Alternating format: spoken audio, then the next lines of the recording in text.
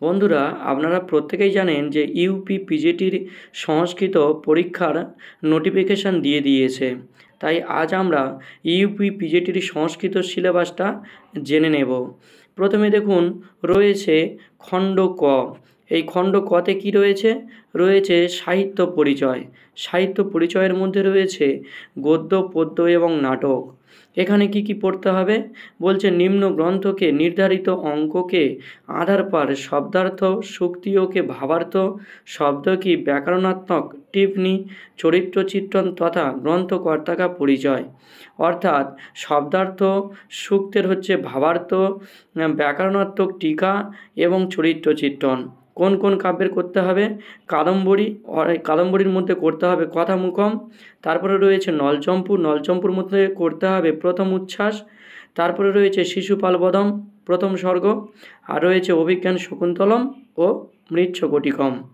এখানে বলে দিয়েছে গদ্যকাব্য, খণ্ডকাব্য, মহাকাব্য এবং নাটক কাব্যকে উদ্ভব और विकास का সামান্য পরিচয়। অর্থাৎ গদ্যকাব্য, খণ্ডকাব্য ও মহাকাব্য এবং নাটকের সামান্য পরিচয় সম্পর্কে জানতে হবে। এবারে দেখো রয়েছে খণ্ড খ। এখানে কি বলছে? সংস্কৃত বাগ্ময় মে প্রতিবিম্বিত ভারতীয়।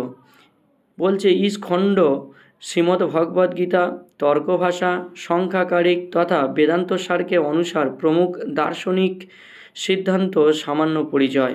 অর্থাৎ শ্রীমদ্ ভগবদ গীতা, তর্কভাষা, সংখ্যাকারিক তথা বেদান্ত সার অনুসারে প্রমুখ দার্শনিক সিদ্ধান্তের সম্পর্কে জানতে হবে।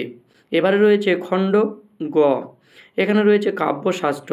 কাব্যশাস্ত্রে কী কী করতে হচ্ছে? বলছে সাহিত্য দর্পণ এবং কাব্য প্রকাশকে অনুসার কাব্য শব্দ বৃত্তিয়াং, ধ্বনি, রস এবং নিম্নলিখিত অলঙ্কার কা পরিজ্ঞান। কী কী পরিজ্ঞান জানতে হবে অলঙ্কারের? বলছে অনুপ্রাস, যমক, শ্লেষ, উপমা, রূপক, উৎপ্রেক্ষা, সন্দেহ, ভ্রান্তিমান, অতিশয়োক্তি, স্বভক্তি, বিরভাস, ব পারিস, এই সমস্তগুলো আপনাদেরকে জানতে হবে। এইবারে রয়েছে দেখুন খণ্ড খ। এখানে কি করতে হবে? ভাষা বিজ্ঞান এবং ব্যাকরণ সম্পর্কে জানতে হবে। এখানে বলে দিয়েছে ভাষা কা উদ্ভব এবং বিকাশ, ধ্বনি পরিবর্তন তথা অর্থ পরিবর্তন সবই গুণকে প্রতিনিধি ধাতুও কা দশং লকার মে রূপ, সমস্ত ধাতুর 10টা লকারের রূপ লঘু সিদ্ধান্ত কৌমুদী অনুসারে এটা বলে দিয়েছে।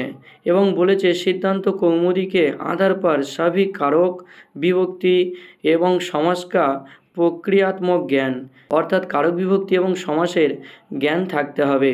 তারপরে বলে দিয়েছে নিম্নলিখিত প্রত্যয়িকা প্রয়োগাত্মক জ্ঞান, অর্থাৎ কৃত, তব্য, অনিয়র, যৎ, ধ্বংস, ত্রিজ, কত্ত, কদ্বতু, তা, ল্যাব, সত্রী, সানজ, তুমুন, এই সমস্ত প্রত্যয় সম্পর্কে জানতে হবে।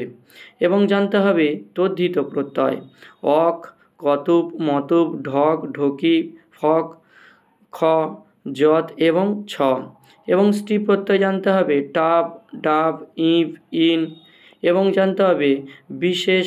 বলছে উক্ত প্রত্যয় লঘু সিদ্ধান্ত কৌমুদীকে আধার পর প্রবিষ্ট হ্যাঁ, অর্থাৎ লঘু সিদ্ধান্ত কৌমুদী অনুসারে জানতে হবে। এরপরে যেটা রয়েছে সেটা হলো খণ্ড উ, রচনা এবং পারিভাষিক শব্দ।